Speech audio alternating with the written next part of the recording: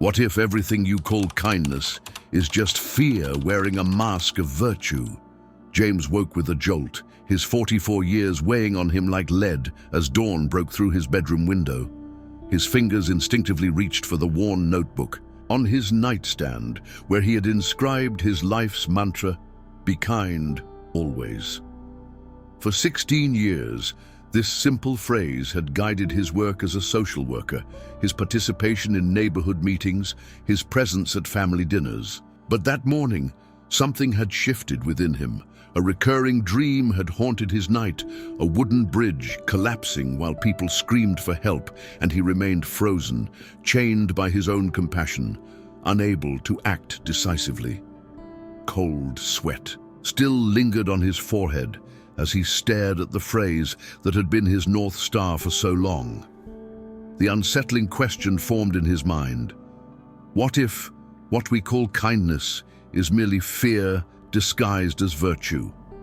What if true cruelty isn't demanding more but expecting less from others? James moved through the hallways of the community center where he had worked for 16 years, greeting each person with the same practiced smile.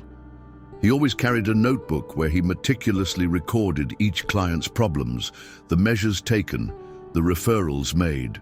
Everyone knew him as the man who never refused help, who always extended his hand, even when it meant working himself to exhaustion. The walls of his small office were covered with thank you letters, competing for space with certificates of merit for his extraordinary dedication to those in need. Yet that persistent dream of the collapsing bridge seemed to have opened a crack in his certainty. The image of the ill and isolated philosopher Nietzsche began forming in his mind, not as a distant theorist, but as a voice whispering an inconvenient truth. That day promised to be like countless others. Consultations, consolations, small improvements that never seemed to truly change anyone's life. While listening to another story of hardship, James noticed something disturbing. He had known this same person for more than 10 years, with the same problems, the same complaints, the same dependence on his help. It was as if his compassion, instead of elevating, kept the other person trapped in a comfortable swamp of mediocrity. "There's a village," the old professor had once told him during his university days, "where a bridge connected the people to the outside world. When the bridge began to crumble, some wanted to act immediately, to build something new. But the cautious voices prevailed. Let's wait, they said. What if we build it wrong? What if the storm passes?" And so they waited until the bridge collapsed completely, leaving them isolated and doomed. James's reflection stared back at him from the window glass. The unsettling thought formed: who benefited more from his help, those he helped or himself? With the comforting feeling of being needed, of being morally superior, of being good. This uncomfortable doubt would become the catalyst for a profound transformation, both in him and in his understanding of what it truly means to help others. That evening, while organizing case files, he came across Martin's folder, a 40-year-old man who had been coming to the center for assistance since before James had started working there. 20 years of aid, of sympathy, of resources provided. 20 years, and Martin's situation remained essentially unchanged. Not worse, perhaps, but certainly not better. Not truly better. The words of the German philosopher, whom James had briefly studied in college, now returned with frightening force. He who cannot obey himself will be commanded. But what if his compassion, his endless willingness to help without demanding growth in return, was not liberating people, but commanding them to remain small, dependent, and weak? As night fell, James walked home through streets lined with people, seeking shelter, their eyes following him. The good social worker everyone knew would never turn away. He had always seen their gaze as gratitude. Now, for the first time, he wondered if he was seeing dependency, resignation, even a subtle resentment from those who recognized they were being kept small by his very kindness. At home, James pulled an old book from his shelf, Nietzsche's Beyond Good and Evil. He had abandoned it years ago, finding the philosopher's words too harsh, too unforgiving for someone dedicated to helping others. Now he opened it again, his eyes falling on a highlighted passage. What is done out of love always takes place beyond good and evil. The question that had been forming all day finally crystallized. What if his love for the weak, his compassion for the suffering, his dedication to helping without expecting strength in return, what if all of it was not virtue, but a subtle poison? What if, in his quest to be kind, he had become an enabler of weakness, a guardian of mediocrity, an architect of dependence? James closed the book and looked out his window at the city lights. Tomorrow would be different. Tomorrow he would begin to question everything he thought he knew about helping others. Tomorrow he would start to understand Nietzsche's harsh gift to the world. What happens when the weakest voices don't guide us with wisdom, but with fear, disguised as caution? The rain poured relentlessly as James made his way to work the next morning, his mind still churning with the philosophical earthquake that had disrupted his worldview. The community center appeared different somehow, not the sanctuary of compassion he had always seen, but perhaps something more complex, more ambiguous. He noticed how the same faces sat in the waiting room, week after week, year after year, their problems perpetually unsolved despite all interventions. Carlos was the first appointment of the day, a bright 32-year-old man who had lost his job 3 years ago and had been receiving assistance ever since. James had always prided himself on how supportive he had been, never pushing too hard, always understanding when Carlos missed job interviews or abandoned training programs. Halfway through, "I've been thinking," James said after their usual check-in, his voice carrying an unfamiliar edge. "Perhaps I haven't actually been helping you at all." Carlos looked up, startled by this deviation from their comfortable routine. "What do you mean? You've been great. The benefits, the referrals, the extensions when I couldn't make the deadlines." "Exactly," James replied, a strange clarity washing over him. "I've made it too easy for you to remain exactly where you are.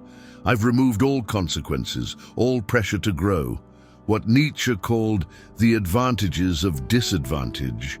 You've learned to use your position as a victim to avoid the painful responsibility of rising." The philosopher's words echoed in James's mind. He who despises himself still respects himself as one who despises. Had he been respecting Carlos as a complete human, capable of strength and growth? Or had he been treating him as a perpetual victim, a role that once assumed becomes nearly impossible to abandon? During his lunch break, James sat alone, reflecting on the morning's encounters. He recalled a passage from Thus Spoke Zarathustra that once seemed cruel, but now resonated with uncomfortable truth. "Whoever cannot command himself should obey. And many can command themselves, but much is still lacking before they can obey themselves." Was it possible that his unlimited compassion, his unwillingness to demand more, to expect growth, was not a virtue, but a subtle form of contempt? By expecting so little, was he communicating that he believed they were incapable of more? The afternoon brought a session with Elena, a young mother who had been coming to the center for 5 years. As usual, she listed all the reasons why she couldn't attend the job training program James had suggested: the bus schedule, childcare difficulties, her anxiety. In the past, James would have nodded sympathetically, found alternatives, made everything easier. Today, he remained silent, watching as Elena's excuses hung in the air between them. "You think I'm just making excuses, don't you?" she finally said, her voice tinged with defensiveness. "I think," James replied carefully, "that perhaps I've been teaching you that your obstacles are insurmountable, that you are defined by what holds you back rather than by your capacity to overcome. And, in doing so, I may have done you a terrible disservice." Elena stared at him, anger and confusion battling on her face. "So what? You're just not going to help me anymore? Is that your new philosophy?" "No," James answered, feeling his way through this new territory. "I'm going to help you in a different way. I'm going to believe in your strength more than in your weakness. I'm going to expect more, not less. And it might feel like cruelty at first because we've both become comfortable with the old way, you struggling and me rescuing. But perhaps true compassion isn't protecting someone from struggle, but supporting them through it." As the day ended, James found himself drawn again to Nietzsche's words. The most common form of human stupidity is forgetting what one is trying to do. For 16 years, what had he been trying to do? Had he wanted to help people grow stronger, or merely to alleviate his own discomfort at seeing others suffer? Had he been serving them, or serving his own need to be the savior? That night, James couldn't sleep. The faces of those he'd thought he was helping floated before him. Had his goodness been a mask for something darker, a will to power expressed, through charity rather than conquest? Did he need their weakness to feel his own strength? The rain continued to fall outside his window as he confronted the most disturbing thought of all. Perhaps the weak aren't simply waiting to be made strong. Perhaps weakness, when rewarded and protected, becomes a strategy, a moral position that gains power not by rising, but by making others kneel. As dawn approached, James understood that he was at a crossroads. He could continue as before, dispensing compassion that kept others dependent, or he could embrace Nietzsche's harsh wisdom. True love doesn't protect someone from life's difficulties. It prepares them to face them with strength and dignity. The choice was clear, but the path forward would not be easy. After all, it's far simpler to be seen as kind than to do what is truly necessary for another's growth. And in a world that increasingly glorifies victimhood, standing for strength might indeed make him appear cruel. Tomorrow would be another test. Tomorrow, he would discover if he had the courage to truly help others, even if it meant being misunderstood in his intentions. When pity becomes our highest virtue, do we uplift the suffering or merely crown their weakness? The tension in the staff meeting was palpable. James sat quietly as his colleagues discussed the new Compassion First initiative being implemented across all community centers in the city. Everything about the program reinforced what he now recognized as the problem. Lowered expectations, reduced requirements, more benefits with fewer prerequisites for growth. "James, you've been unusually quiet," noticed Sophia, the center's director. "You're usually our biggest advocate for expanding services. What's on your mind?" He took a deep breath, aware that his words might be misinterpreted, might mark him as callous or uncaring. But something had changed within him, a willingness to speak an uncomfortable truth, even if it meant standing alone. "I wonder," he began carefully, "if we're confusing compassion with enabling. If our pity isn't lifting people up, but rather keeping them down in ways we don't want to acknowledge." The room fell silent. Expressions around the table shifted from surprise to confusion to the beginning edges of outrage. "That sounds dangerously close to blaming the victims of systemic problems," responded Miguel, a longtime colleague. "These people are struggling against forces beyond their control." James nodded, acknowledging the partial truth in this statement. "Some struggles are indeed imposed from outside, but others we perpetuate by treating people as if they're incapable of overcoming, as if their defining characteristic is their helplessness." He thought of Nietzsche's distinction between what the philosopher called master morality and slave morality. One born from strength and creation, the other from resentment and reaction. Had the entire social service system, despite its good, Intentions become an institution of slave morality, rewarding helplessness, celebrating victimhood, punishing the impulse to rise beyond one's circumstances. What exactly are you suggesting? Sophia asked, her voice carrying a warning edge. That perhaps true compassion is harder and looks different than what we've been practicing, James replied. That maybe we need to believe more in people's capacity to grow through struggle rather than protecting them from it. As Nietzsche might say, what doesn't kill me makes me stronger isn't just a platitude, it's the fundamental truth of human development. The meeting ended with uncomfortable glances and a clear divide forming between James and his colleagues.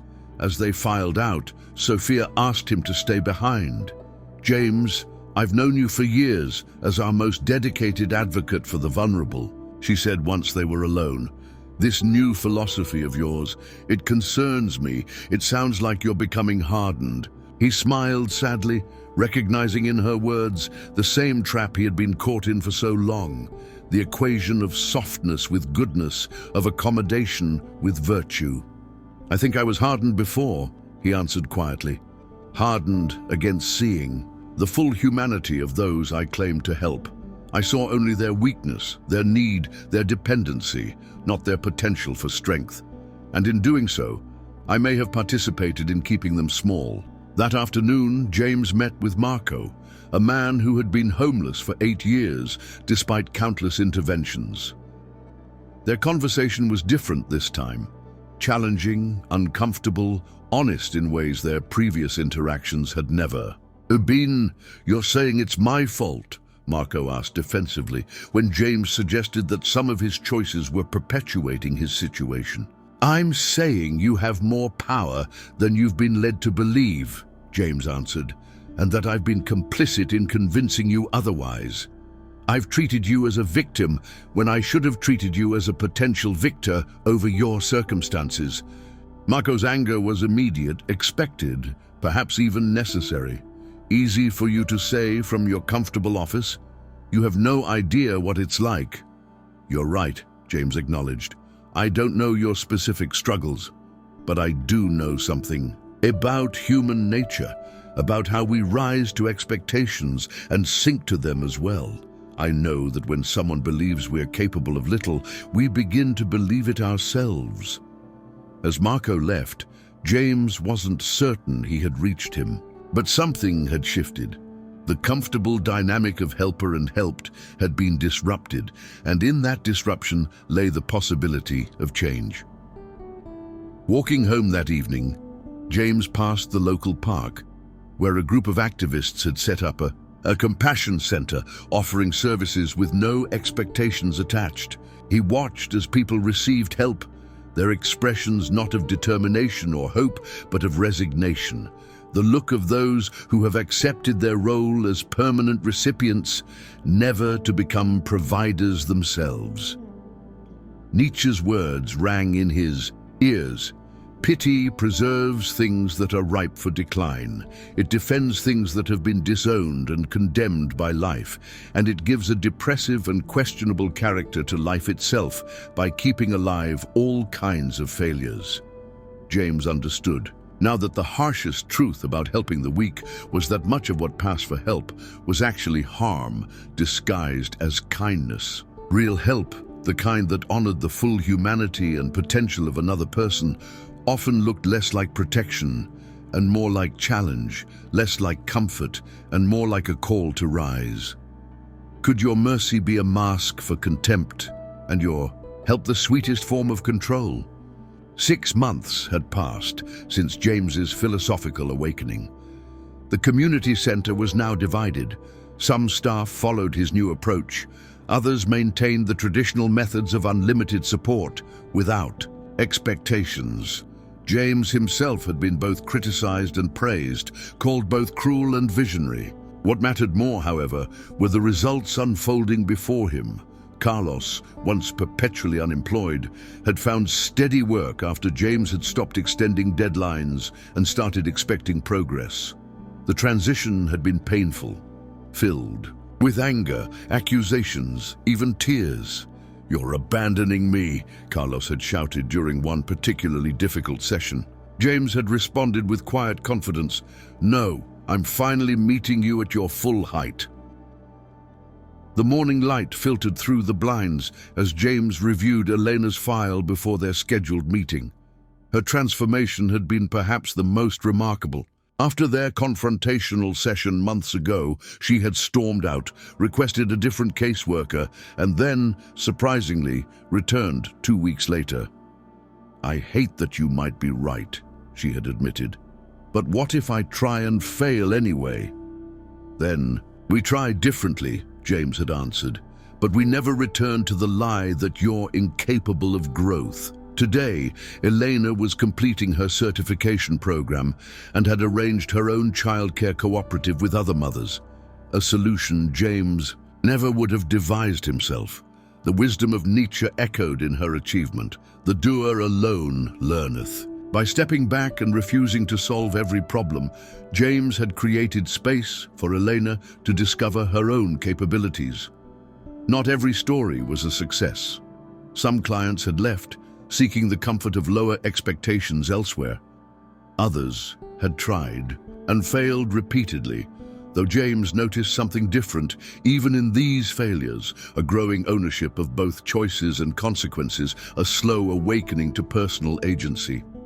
James's office had changed too. Where once the walls displayed his own achievements and thank you notes, now they featured photos of clients at moments of personal triumph. Graduation ceremonies, new apartments, family reunions made possible through their own efforts. The shift was symbolic but profound, from celebrating his role as helper to celebrating their journey as overcomers. A knock at the door interrupted his reflections. Martin, the client who had been receiving assistance for over 20 years, entered without waiting for a response, his face revealing both anxiety and determination. "I've been thinking about what you said," Martin began, settling into the chair across from James, "about how maybe I've been letting myself be defined by what happened to me instead of what I could do despite it." James nodded, remembering their difficult conversation months earlier. Martin continued, his words coming faster now. "I started volunteering at the Veterans Center just 2 days a week. It's not much, but it's a beginning," James finished for him, "and beginnings have their own kind of power." As Martin spoke about his experiences, how helping others with struggles similar to his own had awakened something long dormant within him, James recognized the principle Nietzsche had articulated. He who has a why to live for can bear almost any how. Martin was finding his why. Later that afternoon, James attended a community meeting where Sophia was presenting the center's annual outcomes. The statistics told a complex story. Fewer total clients served, but higher rates of graduation from services, longer employment retention, more sustainable housing solutions. When the time for questions came, a city official asked pointedly, "Your center's approach seems less compassionate than others in the system. How do you justify what some have called a tough love philosophy?" James hadn't planned to speak, but Sophia gestured for him to respond.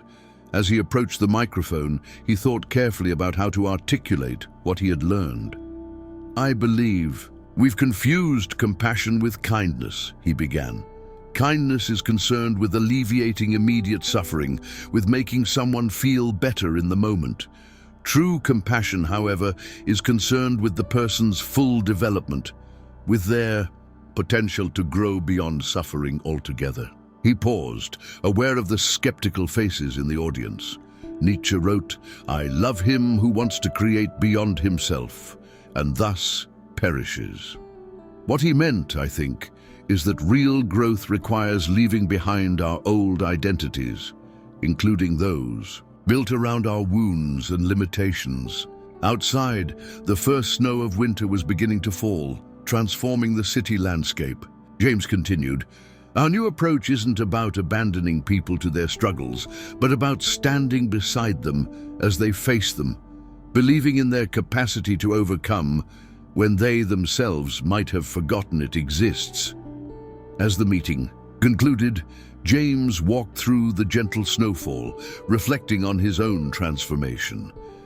He had lost friends in this process, faced criticism, questioned himself countless times. Yet he had found a deeper purpose in his work, not as a savior dispensing help from above, but as a fellow traveler calling others to stand at their full height. The harsh truth about helping the weak wasn't that they shouldn't be helped. It was that real help looked nothing like the enabling dependency that passed for compassion in the modern world. Real help was a mirror that reflected not just current struggles, but future strength, not just present wounds, but the potential for healing and growth beyond them. James stopped at the park bench where he often gathered his thoughts. The wooden slats were dusted with snow, the world quieter now as evening approached. He recalled Nietzsche's words, "The greatest events are not our loudest, but our stillest hours." His own greatest event had been that silent awakening to a harder but truer form of compassion. Tomorrow would bring new challenges, new stories, new struggles. But James was no longer afraid of the difficult conversations, the uncomfortable truths, the painful growth that real transformation required. He had embraced Nietzsche's gift to the world, the courage to look beyond comfortable illusions to a higher form of care, one that honored the full human potential, even when that meant allowing others to struggle, to fall, and ultimately to rise by their own strength. And in that rising lay a dignity no amount of well-meaning protection could ever provide. What if the greatest act of cruelty isn't demanding more from the weak, but expecting nothing at all?